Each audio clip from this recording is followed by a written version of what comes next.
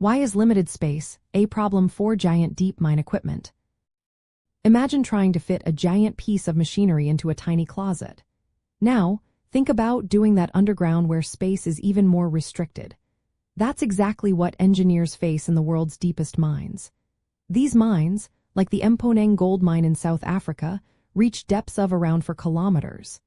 At those depths, the tunnels and shafts are narrow and cramped, making it tough to move and operate huge equipment. Mining machines are built to be powerful, but they also need to fit through tight tunnels. Large drills, loaders, and hauling trucks are designed with special dimensions so they can squeeze into these underground spaces. If a machine is too big, it can't be transported down the shafts or used safely. This limits how large the equipment can be, which in turn affects how much material can be moved or processed at once. Smaller equipment means slower operations and less ore extracted each day, which can impact profits. Transporting equipment and supplies underground is another big challenge. The shafts and tunnels have fixed sizes, so giant parts often need to be disassembled into smaller pieces.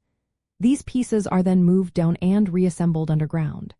This process takes extra time and effort, adding delays to the mining schedule. It also means fewer vehicles and workers can operate at the same time without causing congestion or risking accidents. Safety is a major concern in these tight spaces.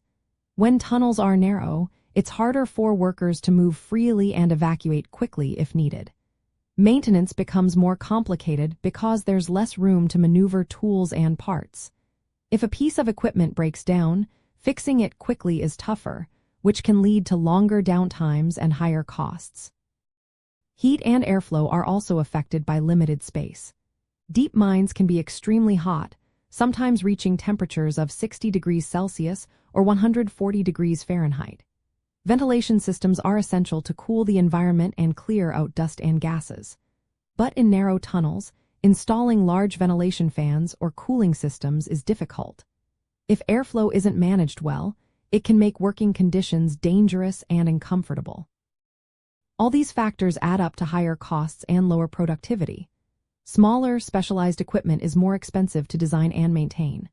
The limited space means operations are slower, and the overall efficiency drops.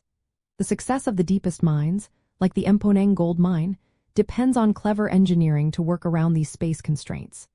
They use innovative machinery, advanced ventilation, and precise planning to keep operations running smoothly despite the tight quarters. This shows how much effort and ingenuity go into mining at extreme depths, where space is a constant challenge.